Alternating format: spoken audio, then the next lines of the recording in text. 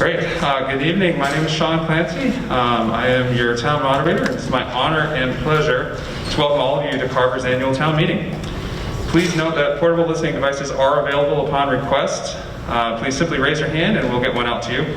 Also, we have portable microphones for those who are unable to approach the microphones in the aisles for debate or questions, and simply just raise your hand during debate and someone will approach you with a microphone. All microphones will be sanitized between uses. Well, it's been quite a year. The pandemic has affected nearly every single aspect of our lives. Some changes have been temporary, some might be permanent. We've experienced distance from friends and family, remote learning, working from home, experiencing shortages, increases in prices, job loss, deeply divided socio-political climate, and the pandemic's ultimate toll, which is the unfortunate loss of life and the deep sorrow and damage that causes to our families. This year, we have a light at the end of the tunnel. We're in the recovery phase. That's good news. Vaccines are becoming more widely available. Businesses are starting to reopen and see more revenue. Schools are on a path toward returning to in-person learning. And families and friends are being reunited with a warm embrace. However, the CDC, state, and Board of Health urge us to continue to fight the spread of the virus, so we must do our part here, even here at town meeting tonight. We kindly ask you to sit and remain at least 6 feet apart from anyone who's not a member of your household. We also kindly ask that you wear a mask to protect yourselves and others. When it comes time to leave, please do so in an orderly fashion, being careful to continue to observe social distancing. We've limited the numbers at the front tables in order to facilitate social distancing. We please ask that you not form lines at the microphones, waiting for the previous speaker to return to their seat before approaching the mic. All registered voters who are residents of the town of Carver are asked to sit in the front boxes, as most of you have done. If you're not registered to vote in Carver and you're sitting in those front boxes right now, we ask you please to take a seat in the my rear left box in the upper level there. That just makes it easier for us when we're doing vote counts. Tonight's proceedings are being recorded and broadcast by the fine folks at Area 58 Cable Television and are taking place in the Carver Middle High School Auditorium at 60 South Meadow Road in Carver, Massachusetts. I want to issue a special thanks to Michael Shaw, our audio extraordinaire, who always comes through in the clutch for us here, despite any roadblocks we throw his way, so thank you very much, Mike. Rich Goulart and his team at Area 58, who always do such a fine job at making sure that our meetings are recorded and posted online and broadcast and all that good stuff. Also, Dave Siedentoff, our Director of Operations and Maintenance, and the custodial crew as well, who help set up the auditorium and work every day to maintain the schools. As you can see, they do a fine job here as well. I'm also sure you guys all noticed a big change at the check-in process, as we're now going digital to help make the process more efficient. I want to thank Town Clerk Kara Dayhill for getting that project off the ground and for our volunteers for being patient with the new process. I think they did a great job and showed a lot of patience in general. So thank you, everybody. Out of respect to the courtesy of proceedings, we ask that you please silence your cell phones or set them to vibrate. And with that said, before we call the meeting to order, we have a short presentation from Chief Dufilly on the police station, which we just had the ribbon cutting for. It's a fine project. These guys did an unbelievable job, so we wanted to allow him a few moments to say a few words.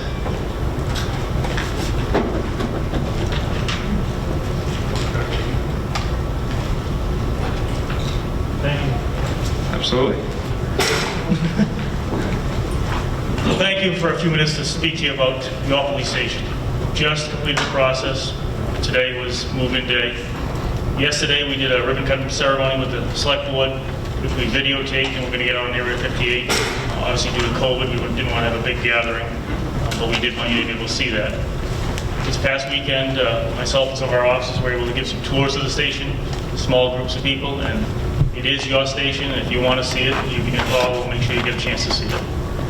It's a beautiful building, so for that I'll read my notes. Again, thank you for a few minutes of your time to update you on the station.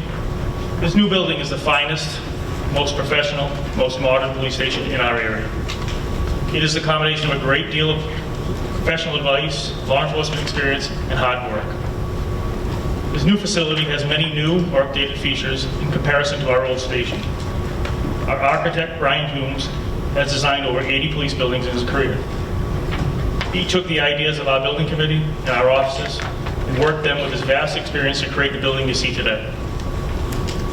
Just some of these features include a technologically advanced 911 dispatch center, a fully equipped training room with audio-visual systems to enhance training, a modern and safer arrestee processing and detention area, spacious locker rooms for the officers, comfortable office space, and a fitness center, just to name a few.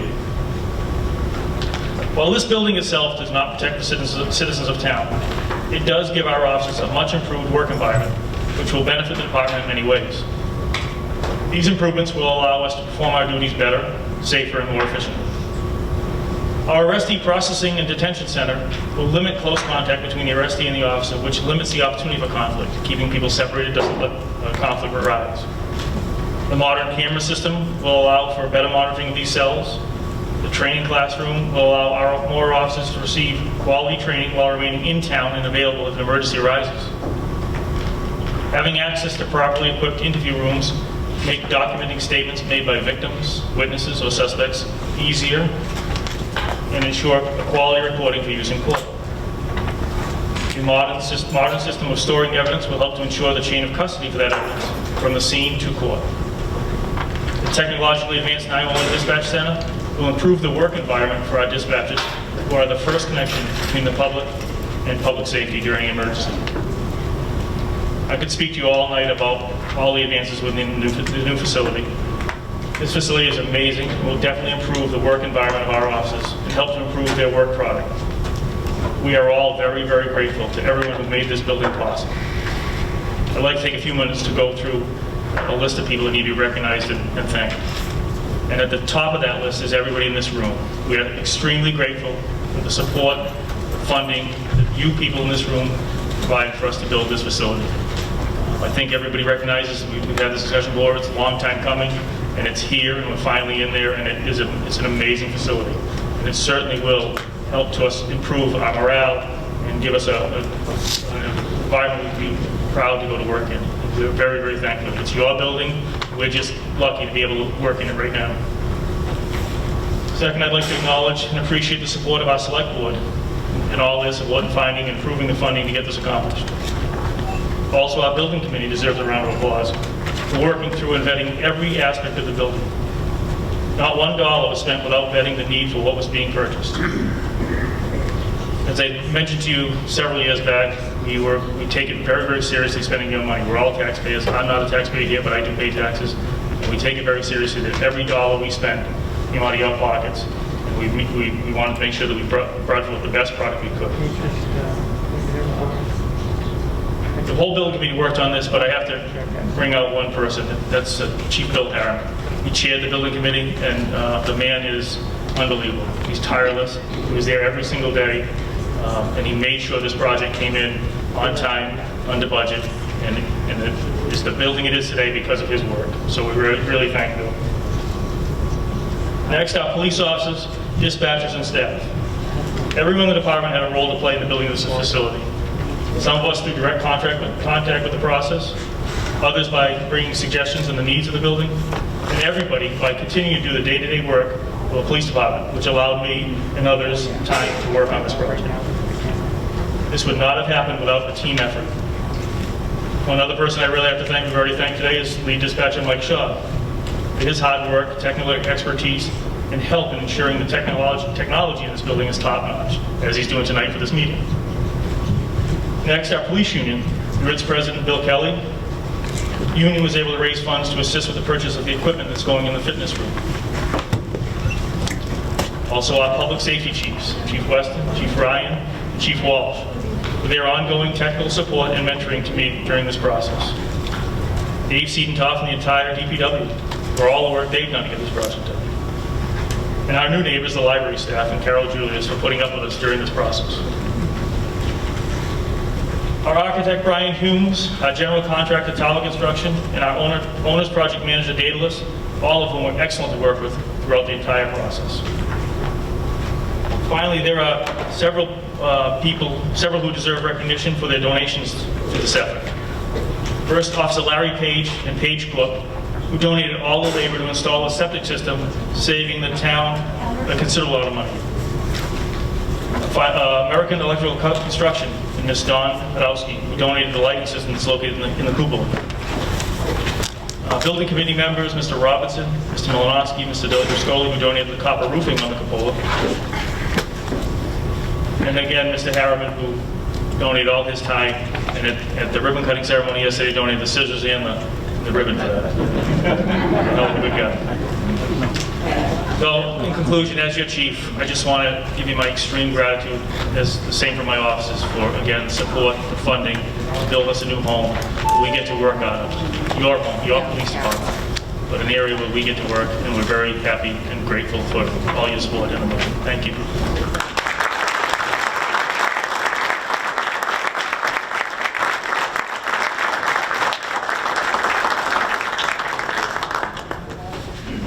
Thank you, Chief Dufilli and Mr. Harriman. Thank you for all your hard work. Appreciate it. All right.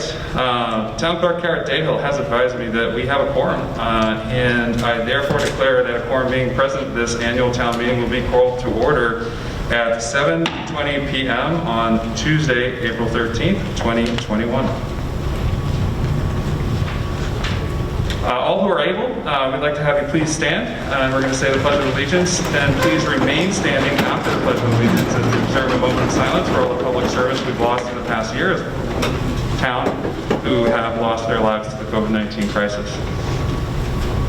The Pledge of Allegiance to the flag of the United States of America and to the republic for which it stands, one nation, under God, indivisible, with liberty and justice for all. So please stay standing for a moment.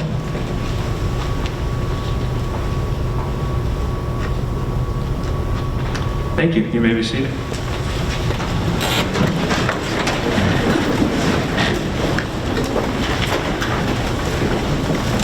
This is the time where we introduce you guys to the cast of characters in the front of the room here.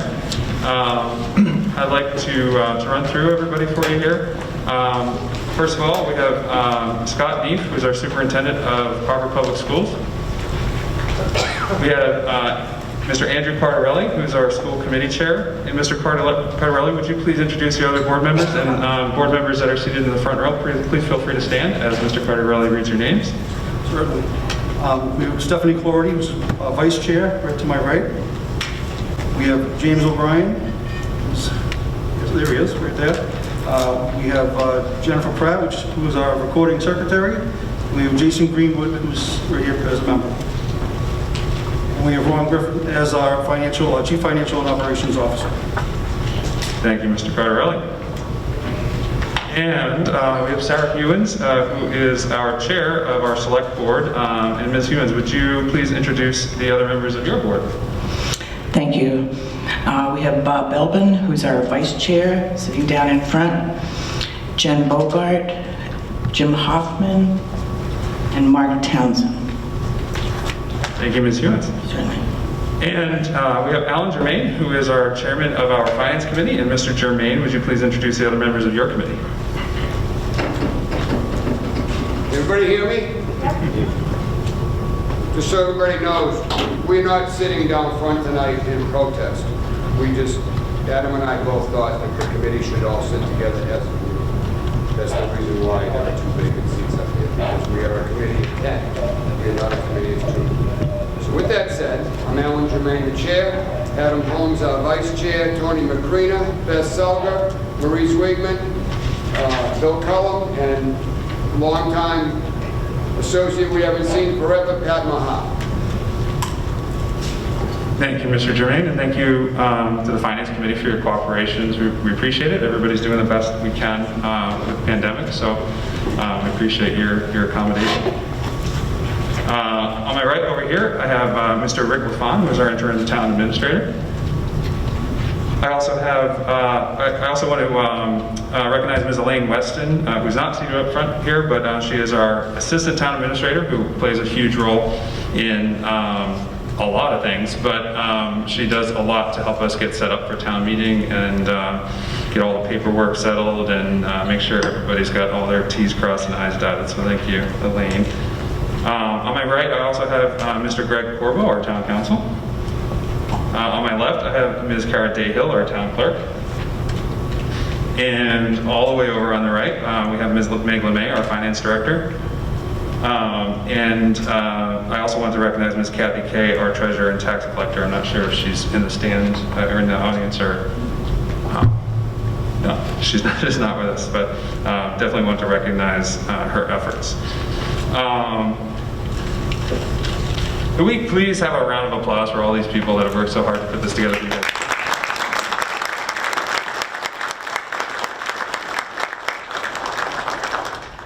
All these folks, needless to say, have worked hard to make tonight's meeting happen. And all of you that we've just introduced, I think you can now take a deep breath.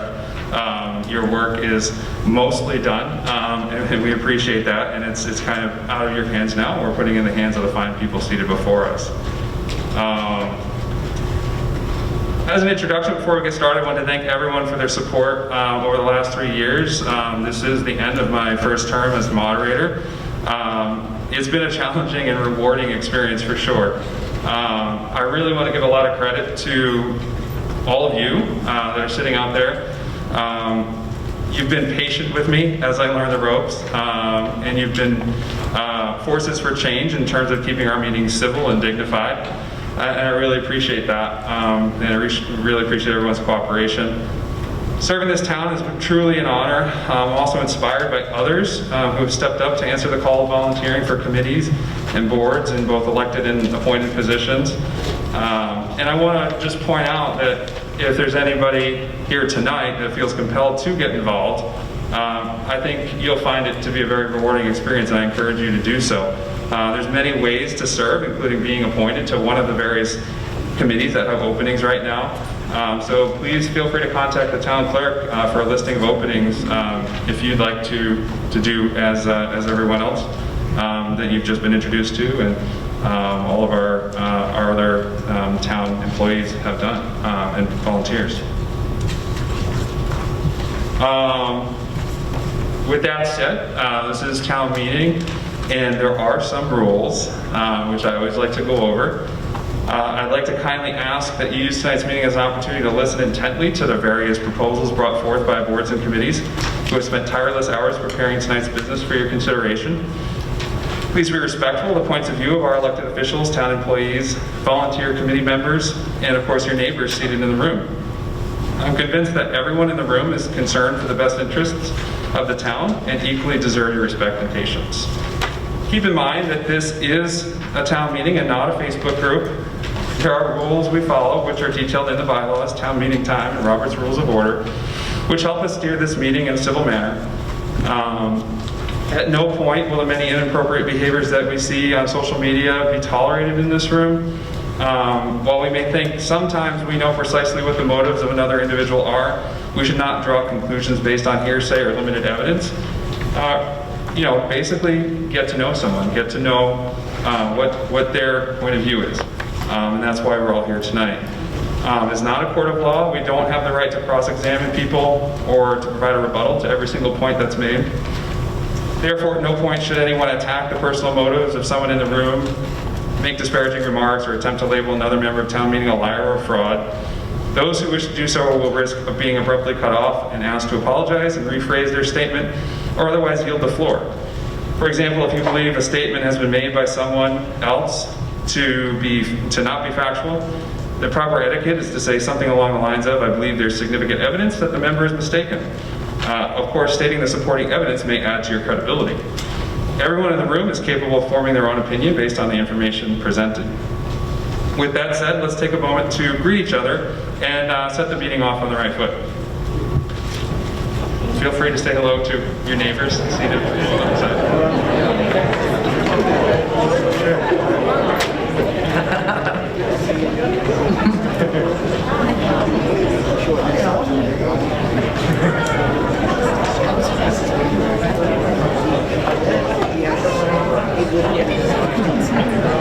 Excellent.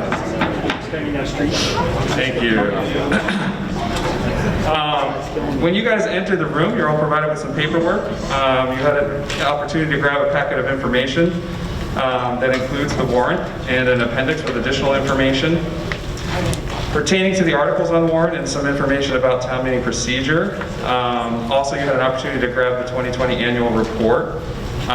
We did something a little bit new this year. In the beginning of the warrant packet, there is a table that lists all of the articles and the board and committee votes on those articles. So you have sort of a quick reference there, which I think was a really nice tool that was included there. The warrant also lists each article that we'll be discussing this evening. Each article is numbered, Article 1, 2, 3, 4, and so on. Underneath the name of each article is a description of what's being voted on, followed by an informational summary explaining the article and perhaps some of the motivations behind it. I really think that this is one of the more profound things we do in the warrant because it really sort of puts things in layman's terms, and if you have a question about what am I voting on, a lot of times that informational summary is going to answer those questions for you. At no time should you be confused about what you are voting on though. So if that is an issue, be sure to ask a question and make sure that you're 100% clear. After the informational summary is a proposed motion. Note that before any business can be discussed, a motion must be made and seconded. So the proposed motion is there to help us get the ball rolling. Following the proposed motion is an indication of the vote count required for a motion to pass. It will vary depending on the type of article that we are taking up. Lastly, a listing is provided showing how the Board of Selectmen and any committee sponsoring the article voted in recommendation of the article. Like we said, that information is also provided in the table in the very beginning of the warrant. I will introduce each article by reading its caption and ask for a motion and second before providing an opportunity for the sponsor or sponsors of that article to provide a brief presentation on the article. If you are presenting or feel you may be answering questions on the article, I kindly ask that you please make sure that you are comfortably close to a microphone in order to do so. Only motions and amendments which are directly relative to the article at hand will be in order. Any motion or amendment which is fundamentally different from the open article may be deemed out of order at the moderator's discretion. As you may know, we are required per town bylaw to publish the warrant 7 days prior to town meeting for the purposes of allowing residents to decide whether they have an interest in debating and voting on the business laid forth. Limiting debate and actions to the business on the warrant is meant to protect the rights of those who may have chosen not to be here tonight based on the contents of the warrant. Once a motion has been made and seconded, and only after the motion has been made and seconded, we may begin presentations and then debate. Any voter is welcome to speak in debate. Simply approach one of the microphones in the aisles. Wait to be recognized by the moderator, state your name and your address, and then make your statement. Due to the circumstances, I please ask that only one person stand behind the microphone at any given time. Once that person is seated, another may approach. I'll attempt to recognize people in the order they have approached the microphone.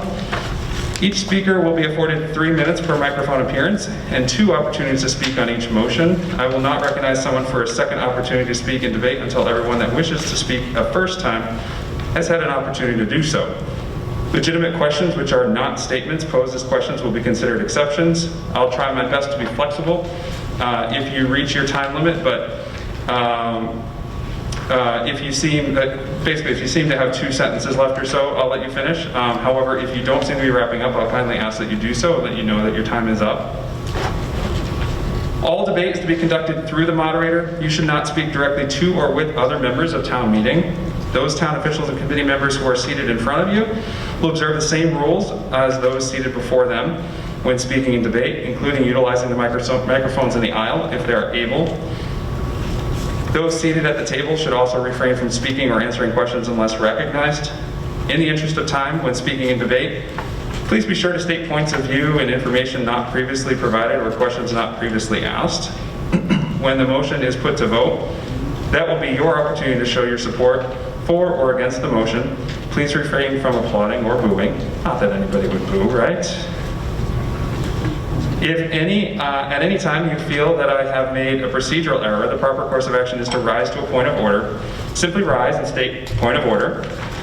You should try not to interrupt someone while they are speaking in debate, unless allowing them to continue would, in your estimation, cause a furtherance of procedural error. Otherwise, respectfully, please wait for them to finish before making your point of order. I'll recognize you, allow you to state your point of order, and then rule on it. After debate has been exhausted, I'll put the question to a vote. Alternatively, any member of town meeting may make a motion to move the previous question, which, after being seconded and approved by a 2/3 vote, will end debate and put the question to a vote. I will not recognize such motion, though, unless debate has become repetitive and no new information is being presented. Articles will be taken up in the order they are listed on the warrant unless a motion to advance an article or postpone an article has been made, seconded, and approved by a 2/3 vote per town bylaws. We do customarily make an allowance for out-of-town presenters. During the course of the proceedings, we may have a few individuals who are not Carver voters who we really need to make a presentation on an article because they may be a subject matter expert, including town employees who have the legal right by statute to speak at town meetings. And unless I hear any objections now, I will go ahead and let those individuals speak during the course of tonight's proceedings. Okay, so hearing no objections, we will allow that this evening. Also, as has become our custom in the past, and in interest of time, if there are no objections now, I'll waive the reading of the warrant. Okay, hearing no objections, I will waive the reading of the warrant as well. So, without further ado, what do you say we get down to business? Point of order, Mr. Moderator. Sure. You stated that you will use Robert's Rule of Order and also town meeting time. Our bylaws in 2.1.2 clearly states only Robert's Rules of Order can be utilized. It is not that it can only be utilized, so it's up to the moderator to decide how the meeting will be regulated. It's well within my powers to utilize whatever resources I want to help me determine how to regulate town meeting, and that's protected by state statute as well too. Town meeting time, by the way, is basically an interpretation of Robert's Rules of Order and a discussion of various precedents and legislation that has been carried out over the years that apply to town meetings. So it's really a useful tool, a useful resource to help moderators make decisions where there may be gray areas or some room for misunderstanding of Robert's Rules of Order. It is not necessarily a rule book. It is an interpretation and a discussion. Mr. Moderator, again, our bylaws are clear that it states Robert's Rules of Order. We can't make our own decisions on what the interpretation of our bylaws are. And I feel you should use what's clearly in our bylaws as the rules of governing the meeting. Well, your feedback is appreciated, Mr. Belvin, but as I stated, there really is no delineation or real difference between town meeting time and Robert's Rules of Order, because town meeting time is a discussion of Robert's Rules of Order. And under Massachusetts General Laws, Chapter 39, Section 15, the moderator shall preside and regulate the meetings, decide all questions of order, and make public declaration of all votes. Preside means to be in a position of authority in a meeting or gathering, and regulate means to control or supervise something by means of rules of regulations. And town meeting time discusses this further on page 111 as well too, which, as I stated, it does discuss a lot of these laws and whatnot. I'm going to. Sorry, could we get town council's opinion on this due to the fact that it's in our bylaws and our bylaws should be followed? We can't pick and choose what our bylaws are. So I'll allow town council to give his opinion, but my decision will stand. Thank you, through you, Mr. Moderator. As the moderator pointed out, he, under the Massachusetts general laws, has the authority to run this meeting and decide all questions of order and procedure. The bylaw sets forth a guideline for him to use Robert's Rules of Order. However, in my opinion, it's within his discretion to use whatever procedures and guidelines he feels are best appropriate to run this meeting, and therefore, I support the decision of the moderator to use town meeting time. Thank you, Mr. Corbo. All right, so my decision on that is final. Moving forward, Article 1, Annual Town Report. Do I have a motion? I move that the town approve the 2020 annual report. Okay, so motion has been made and seconded. This particular article was voted by the Select Board 4 in favor, 0 opposed.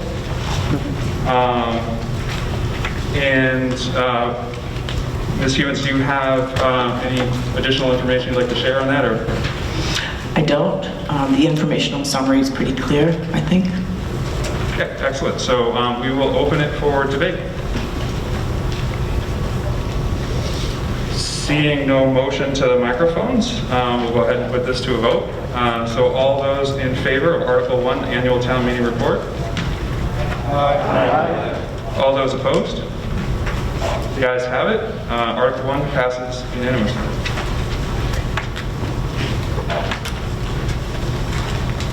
Moving on to Article 2, Supplemental Appropriations for Fiscal 2021. Do we have a motion?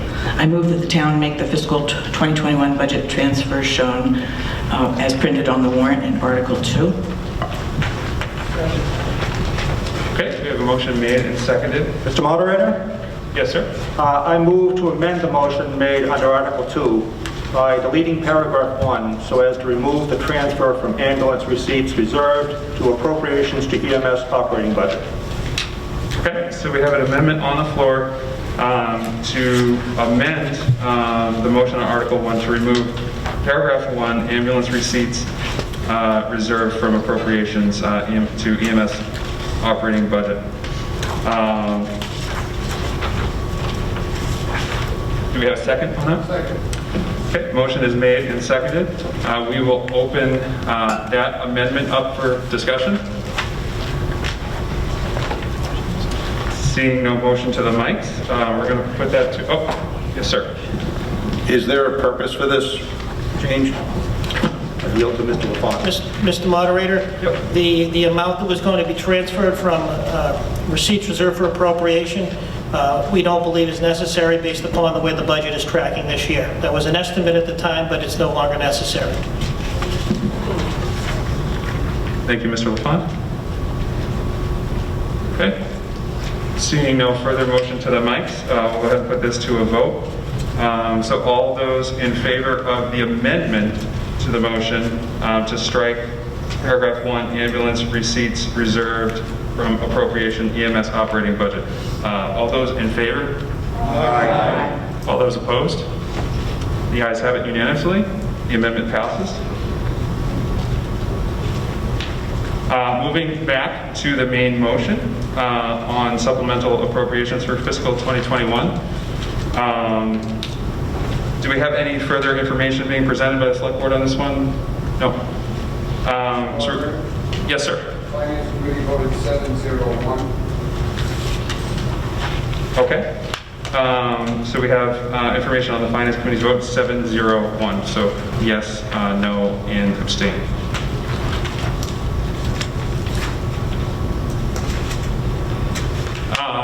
So we'll open the article up for debate. Seeing no motion to the mics, we will go ahead and put it to a vote. So all those in favor of the main motion? Aye. All those opposed? The ayes have it unanimously. The motion carries. Moving on to Article 3, allocation of funds from fiscal 2021 free cash. Do I have a motion? I move that the town approve Article 3 in the amounts and for the purposes as set forth in the warrant. The article has been moved and seconded. This article was voted on the Select Board as 5 yes and 0 no. And I have a TBA on Finance Committee. Mr. Germain, do you have a vote on that one? That chart you're reading is incorrect. Oh, it is. It's not updated. It's 7-0. As printed, it's wrong. 7-0, okay. Thank you, sir.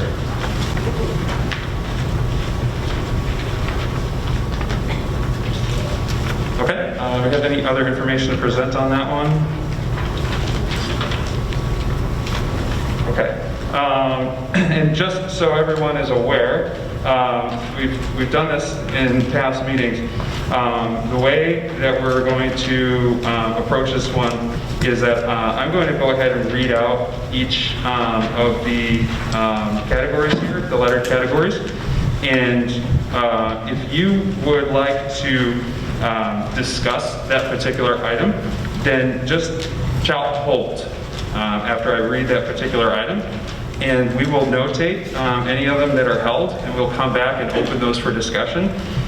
Any that are not held, we will vote on as a group. All right? So I'm going to begin reading the items now.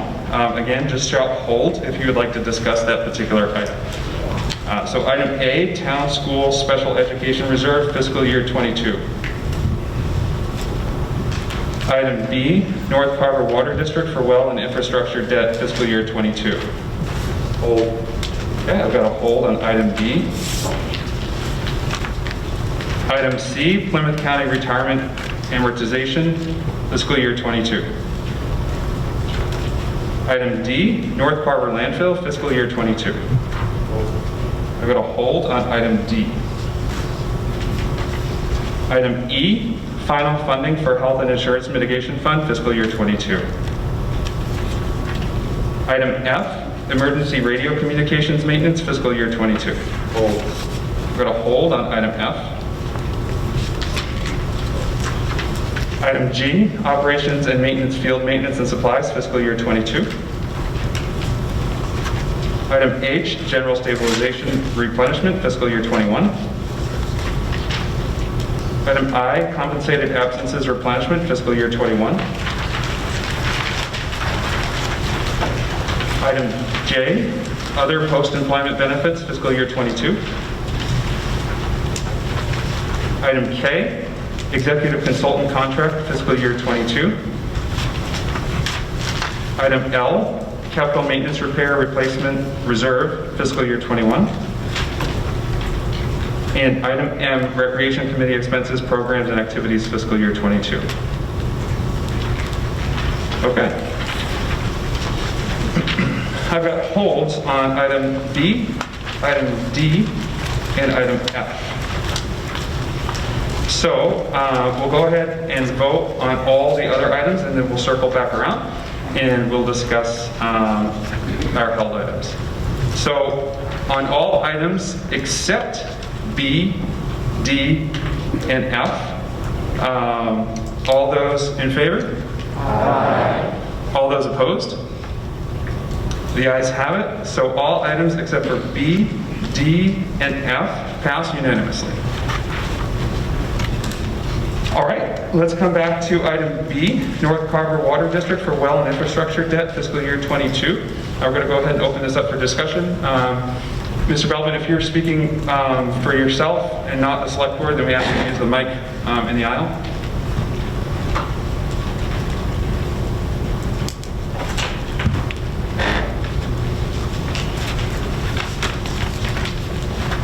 Robert Belvin, 26 Gate Street.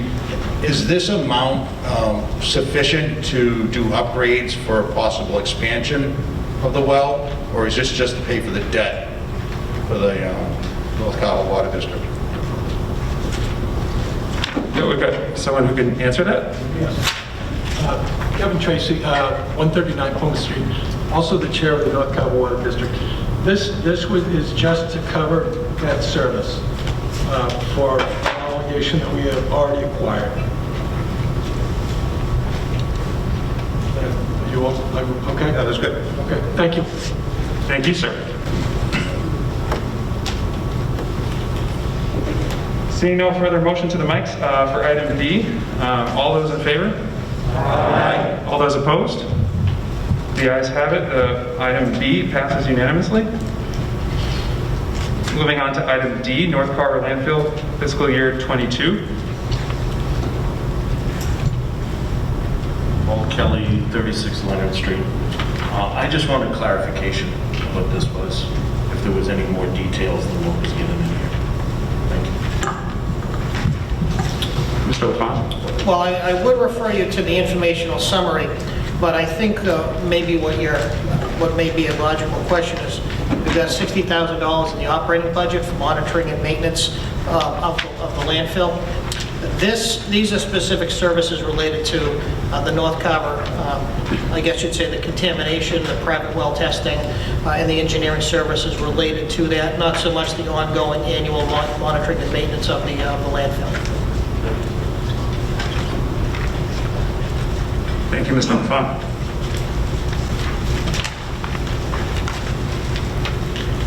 Seeing no further motion to the mics, on item D, North Carver landfill, fiscal year 22, all those in favor? Aye. All those opposed? The ayes have it. Item D passes unanimously. Item F, emergency radio communications maintenance, fiscal year 22. We'll open that up for discussion. Mr. Belvin? Yeah, is that enough for the maintenance? I know we put a lot of money into the extra radio communications, but $280 sounds low. Just want a clarification. Fire Chief Craig Weston, 17 Meadow Street. Just a clarification, last year's town meeting set up an emergency radio communications fund just for public safety to deal with any issues that happen throughout the year. That fund is capped at $50,000. Basically, we only spent a small amount of that this year, and the intent is just to maintain $50,000 in that fund each year. So our finance director put the money in that was spent just to keep it back at $50,000. So, thank you. Thank you. Thank you, Mr. Weston. Seeing no further motion to the mics, on item F, emergency radio communication maintenance, fiscal year 22. All those in favor? Aye. All those opposed? The ayes have it. The item F passes unanimously.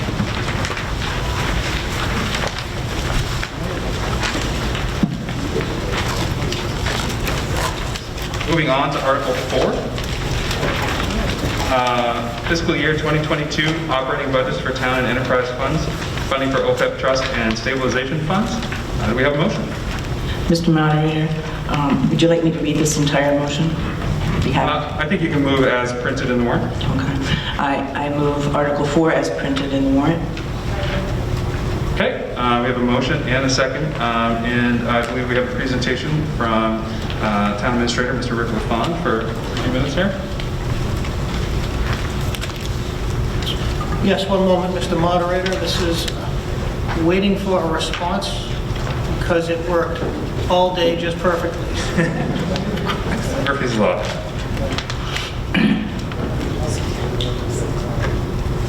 In the meantime, you can look at our town hall years ago, and if anybody can date that, let me know after the meeting. That's part of the conversation here. Okay.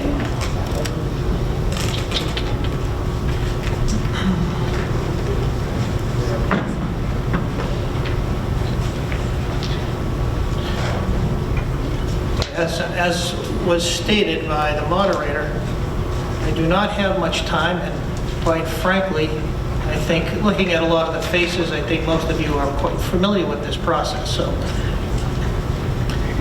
just want to explain basic overview of the budget, how we got here, revenues, expenditures, and how we reconcile the two so that it makes sense to people.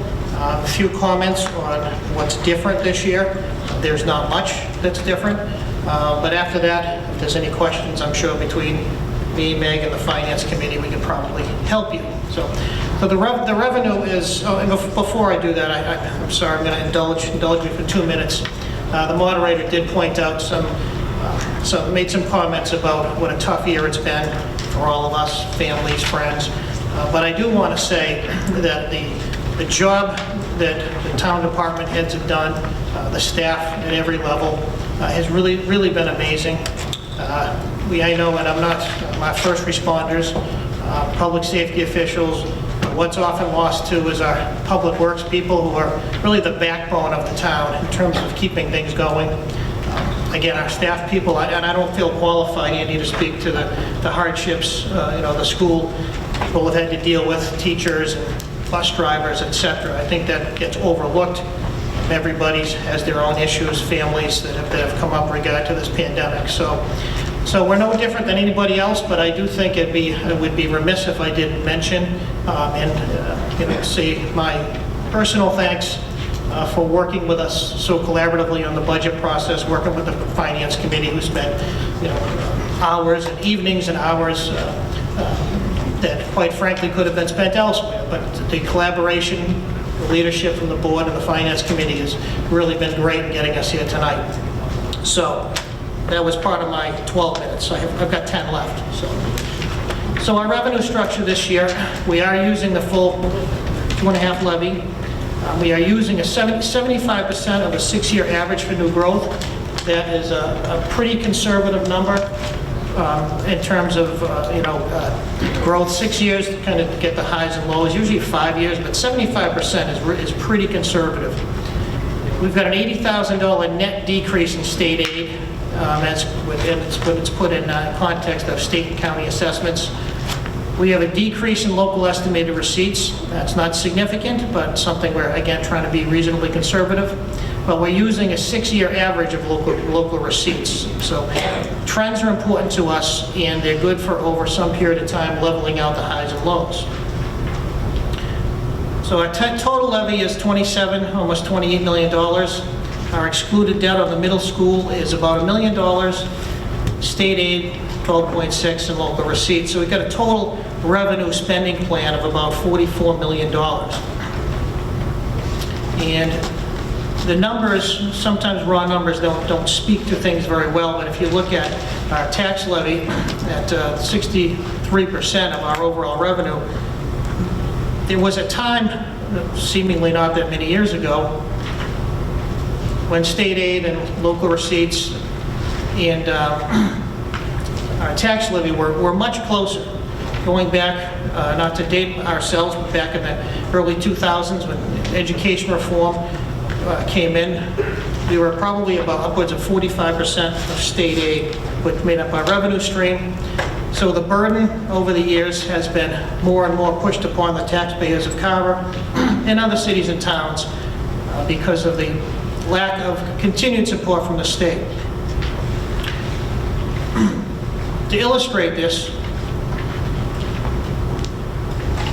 if you go back 10 or 11 years, there's only been a total increase of a little over 7% in state aid since FY 2011. And again, that's cumulatively, the shift has really been dramatic.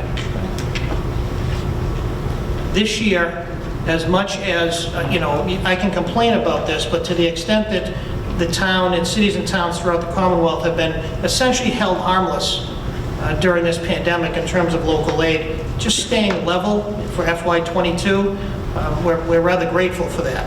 But over the long haul, this is not a good sign. And once again, for those who like visuals.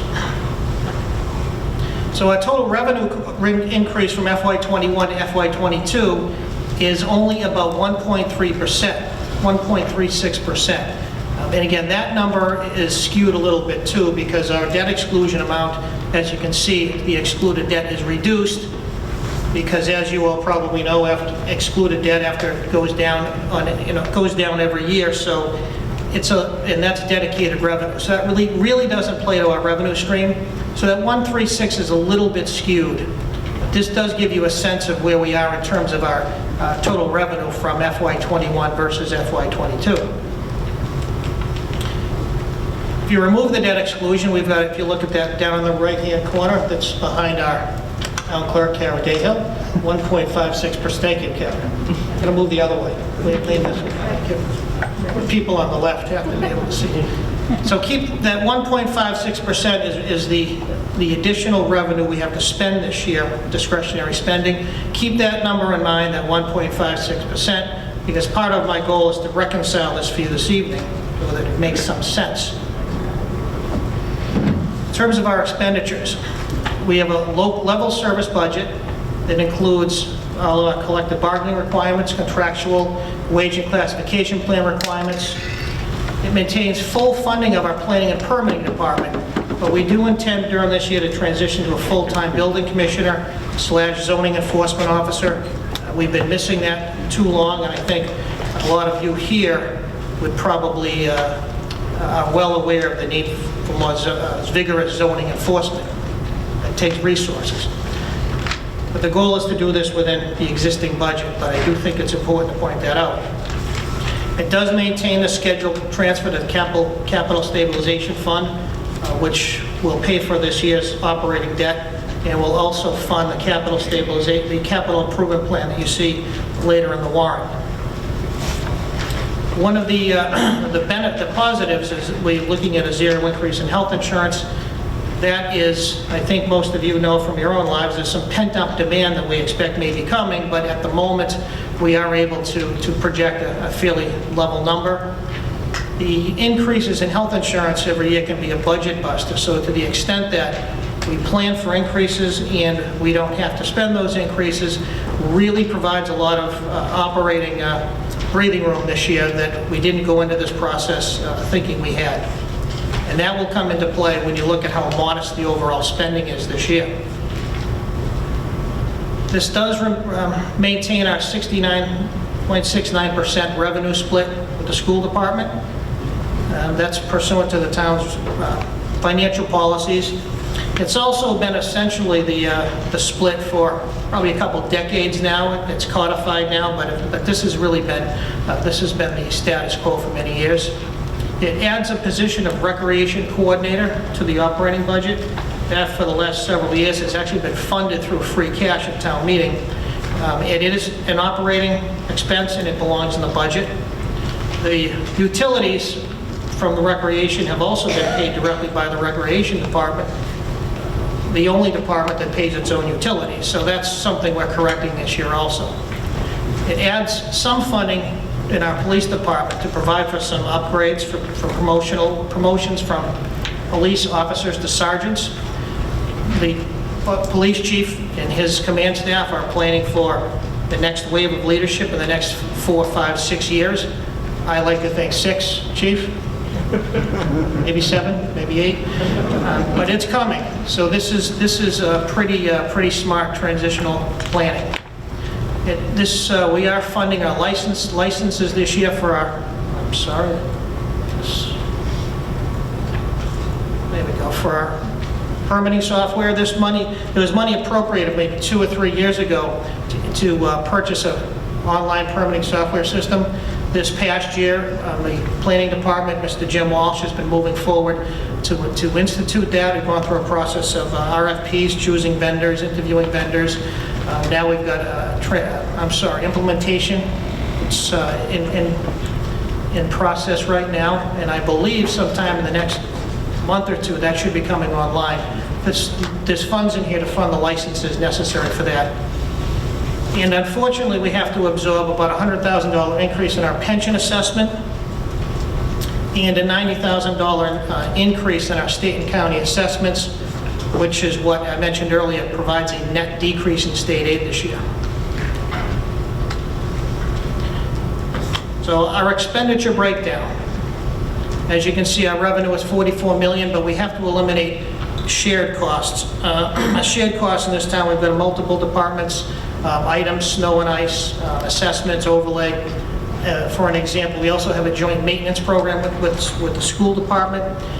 So all those funds are removed from our overall expenditure equation so that we can get to net revenue available for the school department and other town departments. So when you eliminate those shared costs, we now have about $35 million all spending capacity. And once again, boy, that's a big budget there, Mr. Neef. I don't know. That's a joke. We're very happy to spend what we do in the school department. If you look at it from a town-wide shared budget included in our overall calculation, if you look down the bottom, once again, I'm going to keep coming back to these numbers. The school budget is 1.54% increase. The overall town, which includes the school, is 1.55%.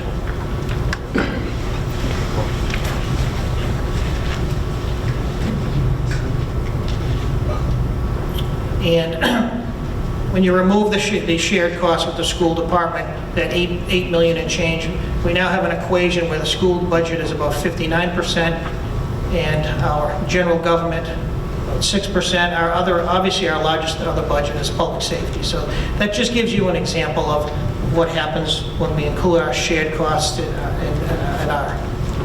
and remove those. So once again, our total percentages overall for the year, net spending is once again, our school budget, our total town budget is 1.55%. And if you recall, slide 8, that's our exact amount that we have to spend without the debt exclusion. So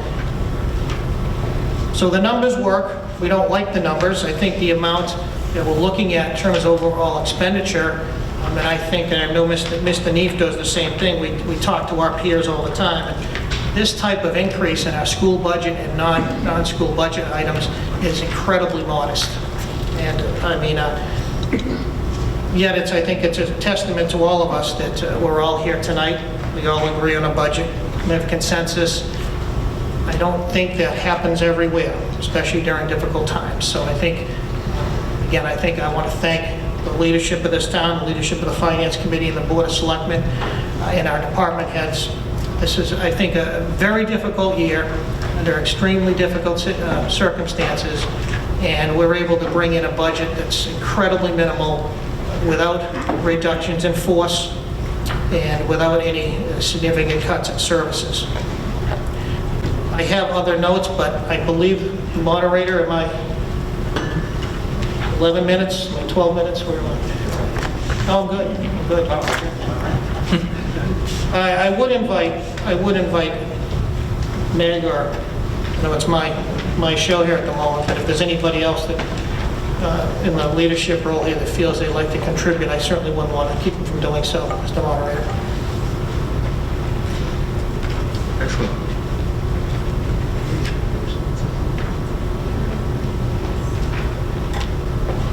Excellent, thank you, Mr. LaFont.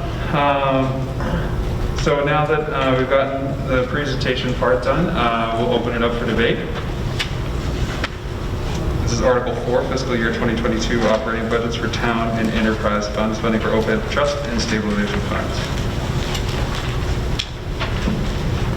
Seeing no hands, no motion to the mic, we'll go ahead and put it to a vote. All those in favor? Aye. All those opposed? The ayes have it. Motion carries unanimously. And I just remembered that I neglected to read the votes on that one, so I apologize. Just quickly, Mr. Moderator, I don't know that I emphasized enough all the effort by our department heads and certainly our committees and members of the Finance Committee. We have members of the Finance Committee, senior members, we have junior members, some new people trying to learn the ropes, and I think considering those people are probably future leaders of this town, it's good to see them all here, and it's good to see the advocacy from our leadership of the Finance Committee. Excellent. Well, those are very kind sentiments. Thank you. So that one was Select Board 4 yes, 0 no, and Finance Committee 7 yes and 0 no. Is that accurate? Okay. Thank you, sir. All right. Moving right along here, on to Article 5. This is unpaid bills. Do we have a motion? I move that the town approve Article 5 as set forth in the warrant. All right, so the motion has been made and seconded. This particular item was voted 4 yes, 0 no by the Select Board, and I have 7 yes and 0 no by the Finance Committee. Thank you, sir. We'll open it up for a discussion. Mr. Belvin.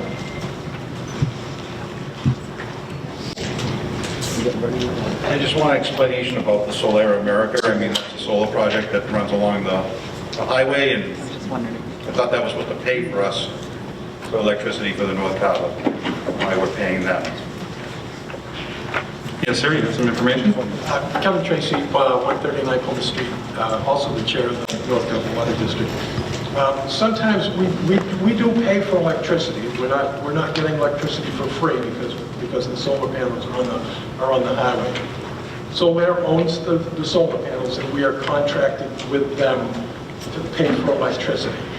In return, the North Carver Water District receives the credits that Eversource gives to us. So it works as both an expense and a revenue stream. So it does offset some of our costs. Sometimes Solaire is a little bit late getting their invoices to us, and this is just one of those situations where it came in after we were able to pay for it. The year had closed. So this is just an old bill. Thank you. Thank you, sir. Seeing no further motion to the mics, we'll go ahead and put this to a vote. This does require a 4/5 vote to be approved. All those in favor? Aye. All those opposed? The ayes have it. The motion passes unanimously. Moving on to Article 6, Capital Improvement Budget. Do we have a motion?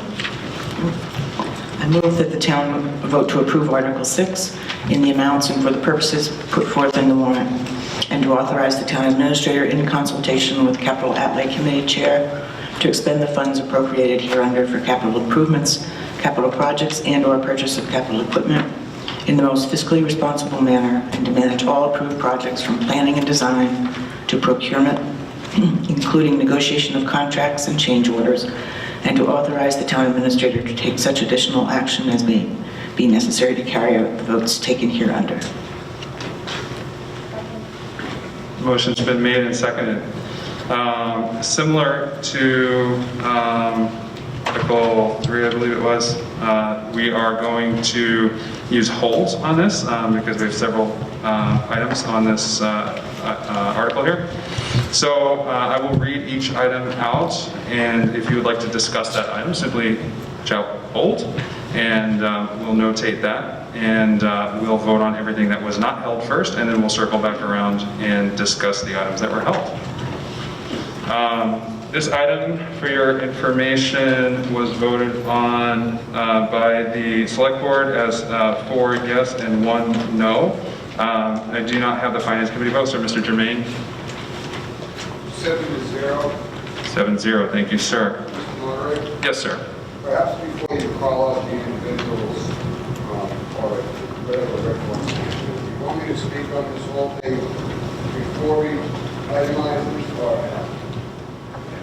You can respond, yeah. No, I personally, I think that maybe after itemizes, because some of them are more obvious than others, so I would, but I would defer to Mr. Germain if there are holds, specific holds. Yeah, are there specific items that you would like to discuss? No, Okay. I just wanted to give a history on why FinCom even got involved in this and where we're at. If you'd like to do that, if you have a couple minutes, you'd like to get that information, you're more than welcome.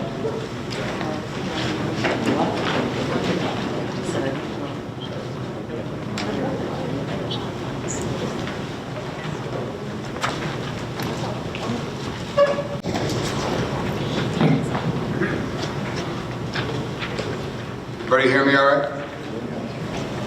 So, this year, when FinCom did the budget,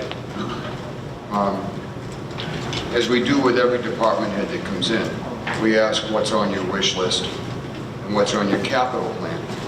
And as the budget season progressed, there seemed to be no capital outlay committee action being taken with the capital plan. So I asked town administrator, and I think I asked Sarah, and I think I asked Meg, how did you want to handle that? So we were asked to get involved in it, and then at a joint meeting with the select board, there was a vote to have us take it up. But prior to that, Adam and myself went to the individual departments and went down this entire list. And I went to Dave Siegenthaler and John Woods, and I said, tell me about a bucket truck. And I went to Chief Weston, and I said, tell me about the things you're asking for. And he said, come here. And he showed me. And we walked through all of these things. So I will tell you that we vetted every single item on here, and the reason we got to where it is, you'll see town hall exterior siding and trim replacement at $390,000. We had $120,000 for paint, which has been allotted $40,000 a year for the last 3 years. One of the discussions was we're going to paint Homosote, which is falling apart and literally falling off the building. It made no sense at all. So Dave Siedentoff and John came back and said, we have somebody that can side the building with the cement board, the same board on the fire station and the police station, for $200,000. We already have 120. They were asking for 80. My attitude was, if we're going to spend $200,000 on siding, wouldn't it be better to just do the trim? Because you know the moment you pull the siding off, the trim's going to fall off. That's going to be all rotted. And now we're back looking for special money to do that project. So how much to do the whole thing? And then it was how much to do the entire water line, which will be coming up in a little while. And there was the library, and we didn't want to borrow money, so we worked a way to, we tried to find a way to pay for all the things in here by writing a check and not borrowing any money at all. And with working with the school, who gave up some funding for the cafeteria improvements, working with Chief Weston, God bless our fire department and our police department, by the way. I went and I saw Chief Weston and I said, you're asking for jaws of life, can we hold off until the fall? He said, anything we need to do to make it easy for you, tell us what it is. So they said, okay. That allowed us to put money back in toward getting the siding done, the trim done, and the water line done, and hooked up to everybody's house that needs to get water, and the town hall done, complete, finished, and it's over. It still allowed $50,000 to sit in the library air conditioning account. We'd like to have an engineering study so that we know how much it's going to cost. We've heard numbers of, could be 500,000, could be $1 million. It's very hard to do a budget when you don't have any idea of how much money this something's going to cost. And I don't like maybes and could be's and should be's and stuff, because they never work out that way. They start off good, but they never work out that way. At the other end, it was like, geez, we didn't think about that line. So we put $50,000 in to do an engineering study, which will come back for the fall, I hope, and we'll have a concrete number on, because something's got to be done with the library. And Dave was kind enough to take me to the attic.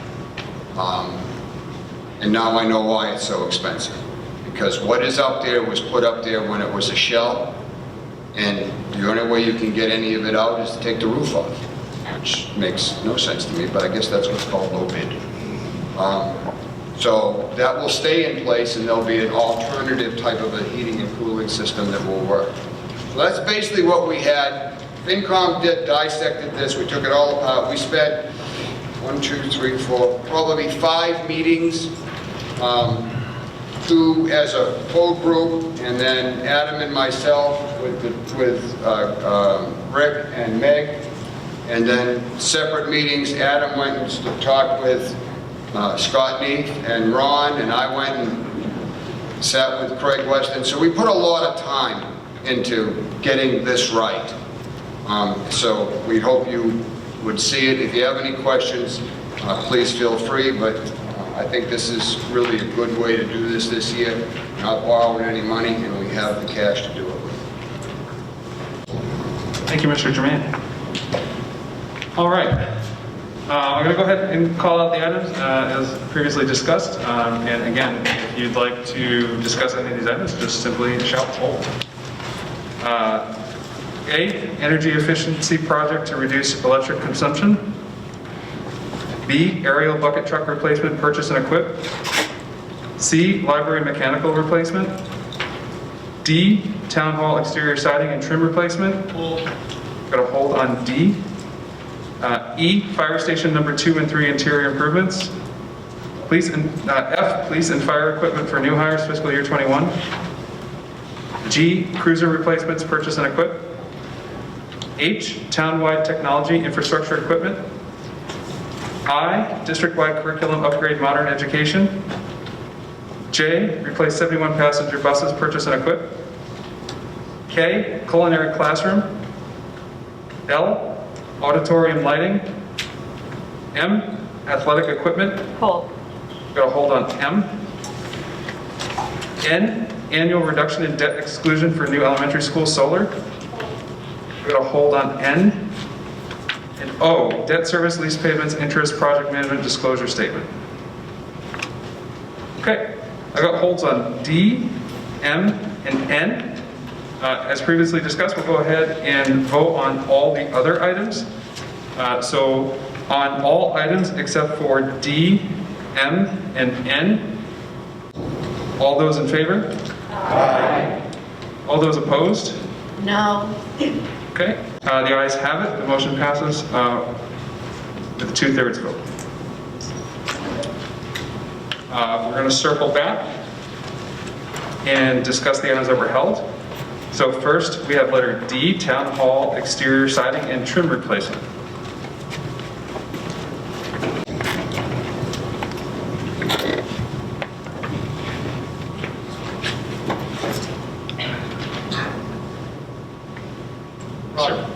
Rob Harrington, 26 Beaver Dam Road. Just more than anything, just clarification. You did a great job explaining what we're doing there. Just occurs to me to ask, doing the siding and the trim, what type of trim are we utilizing? I'm assuming it's a PVC material. We're not going back with anything wood. I defer that question to Dave, you over there? Yeah. I think we're talking plastic. 100% plastic exterior. And not to be a pain, but have we looked at the windows themselves? I'm assuming we're talking the existing windows are wood. We're going to rip wood trim off, nail PVC to wood windows. Have we looked at those windows to make sure they're not going to need to be replaced in the very near future, then causing the need to redo that PVC trim? Yep. Yes, the windows were done in the remodel in the year 99, 2000, I believe. We've looked at those. Currently, they're okay. They're not going to need to be done in the near future. That would expand the project quite a bit, but there's no need to do them now inside of the trim. We are looking at a PVC type trim. Okay, and finally, did we do anything in regards to checking the insulation factor on the building to make sure that doing rigid insulation underneath that siding may make sense while it's off? Once we get the siding off, we don't know. I have a couple areas right now that we don't know 100% what's behind there. Once we get the siding off, we'll know more. We don't have any interior damage, so I don't suspect it's going to go too far once the siding's off. Okay, thank you for the clarification. I don't mean to be a pain. Just no, you're welcome. Thanks very much. Thank you, gentlemen.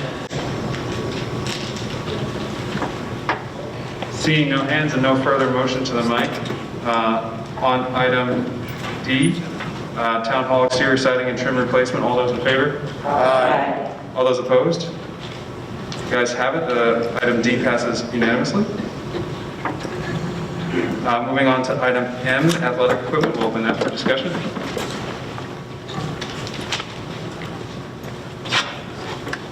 And folks, if you're planning on speaking on one of these and you see that the items sort of wrapping up, you can kind of start making your way up to the front.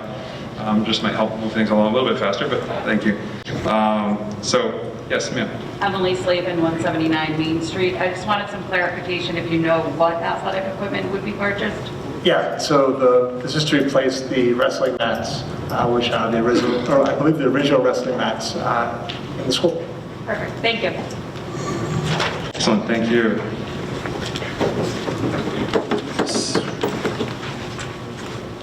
No further motion to the mics and no hands. On item M, all those in favor? Aye. All those opposed? The ayes have it. M passes unanimously. Now on item N, annual reduction in debt exclusion for new elementary school solar. We'll open that for discussion. Hi, Elizabeth Taylor, 31 Russell True Pond. I'm just looking for clarification on the solar project in school, or just what exactly that line of it is. Can you speak into the mic a little bit more? Sorry, I'm just looking for clarification on what that line item is.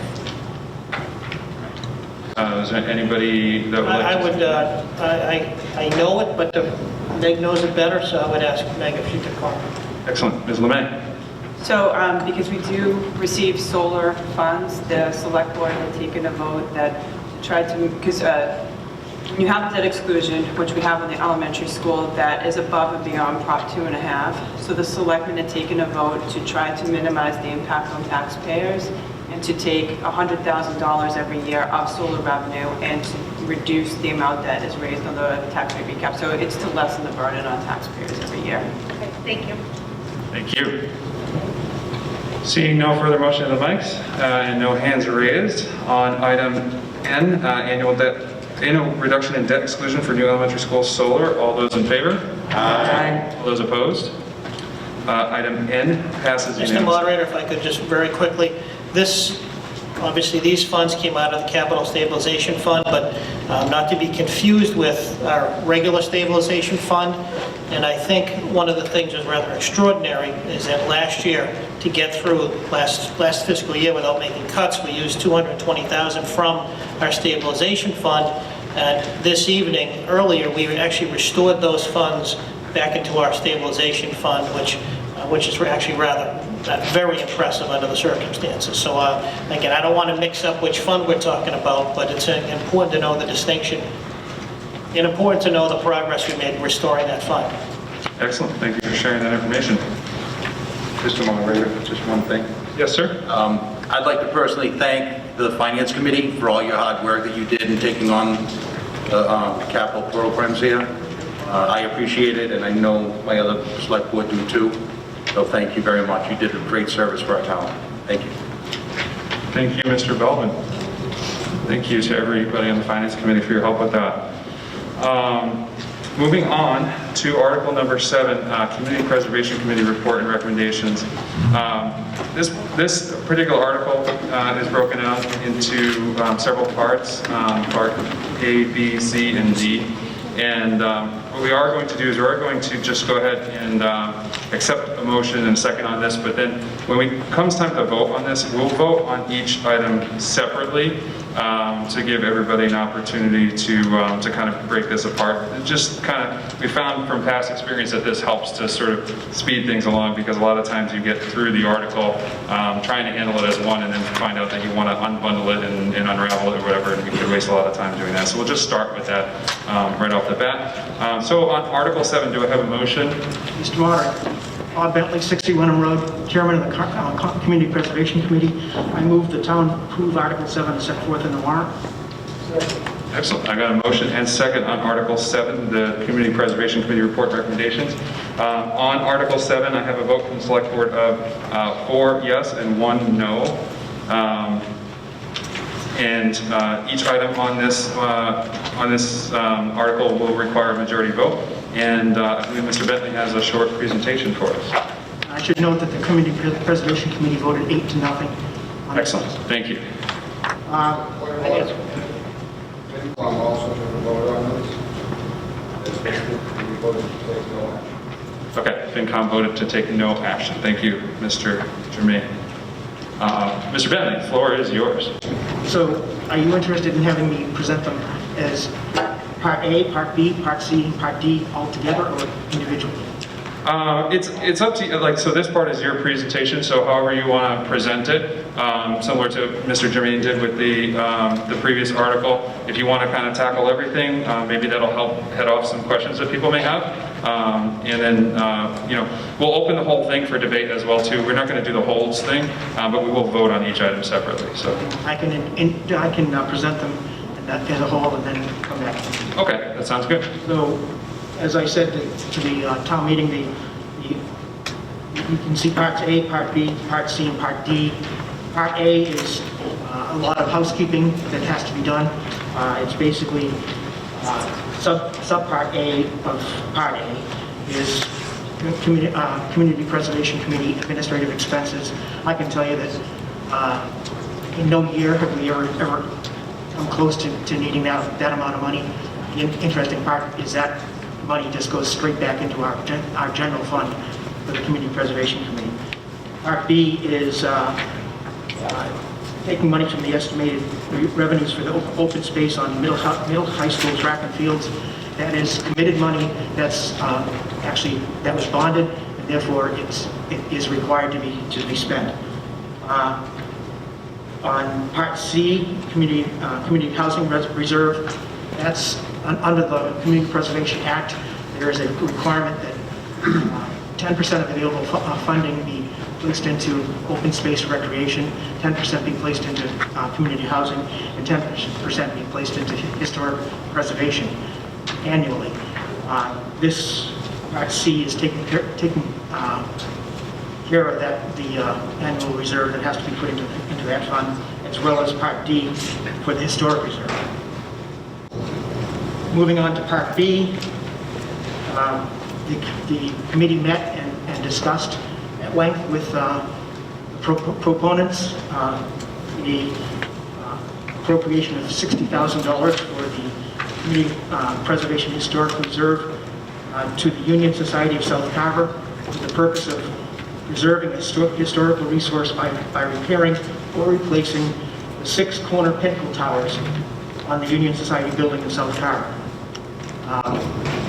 For those who don't know, in 2007, the town meeting approved some monies to be expended on redoing the shutters.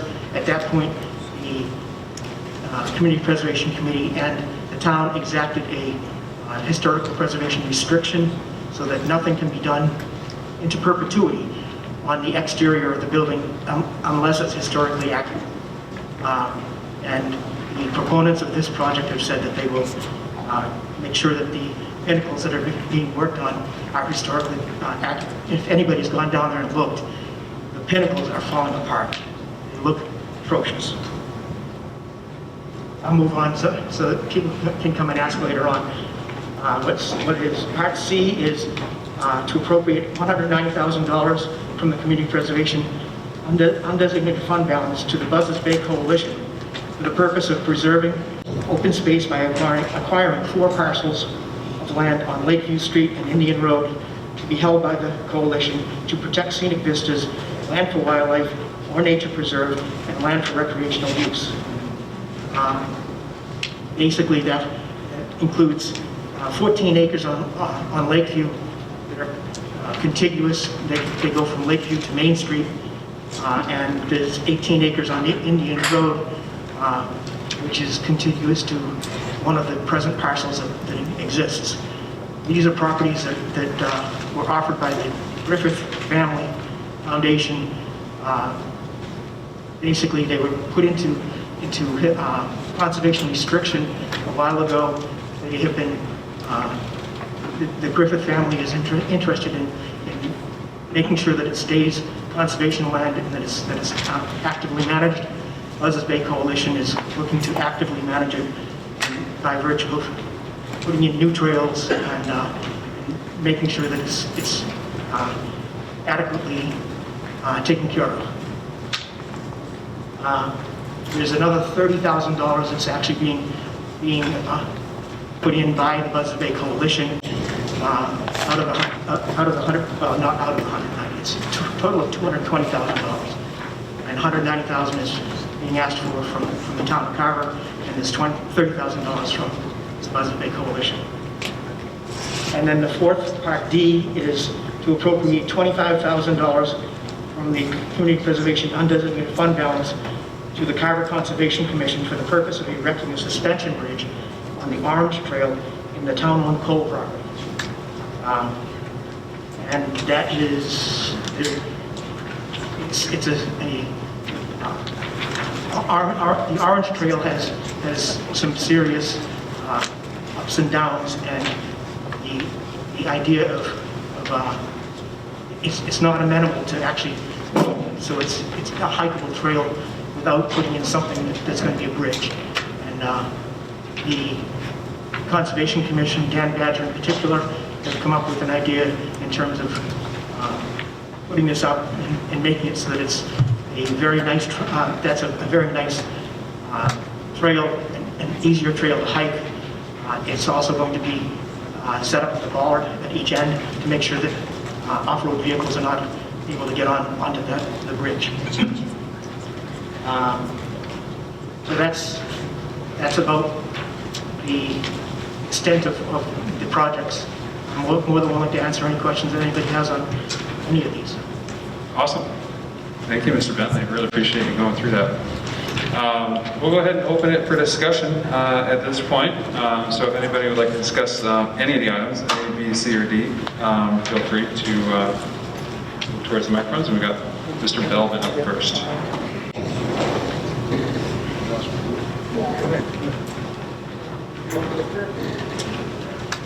Hi, Donna Corian. I just wanted to make a correction. I don't know how important it is, but on C, it should be Indian Street, not Indian Road. Sorry, that's my fault. Thank you.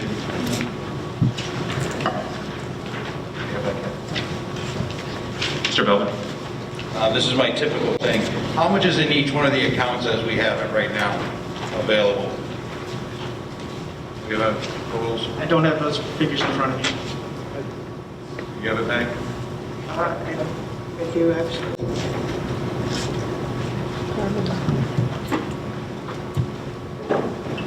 This would be from the, what balances do you want? The Whatever's left over after we do this, do we have that or before? What I have is I have the previous appropriations or I have the fund balance reserves. I can give you either one of those. Fund balances, whatever's left over. This would be from February.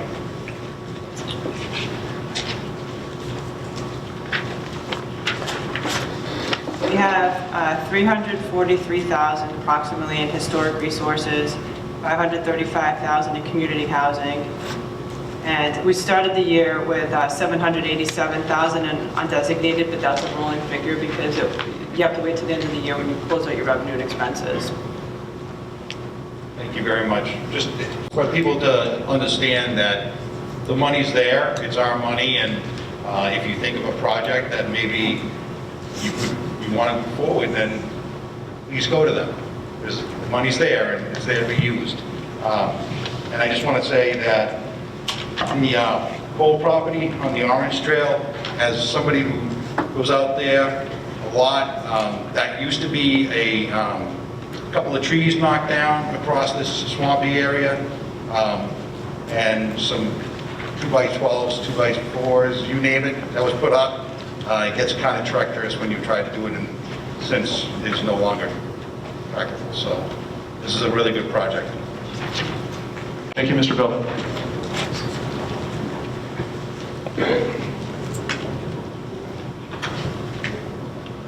Seeing no further motion. Oh, I'm sorry, sir. Would have worn my orange jacket. This is coming from me as a member of the Conservation Commission. And I want to make it very clear that we are absolutely behind these projects.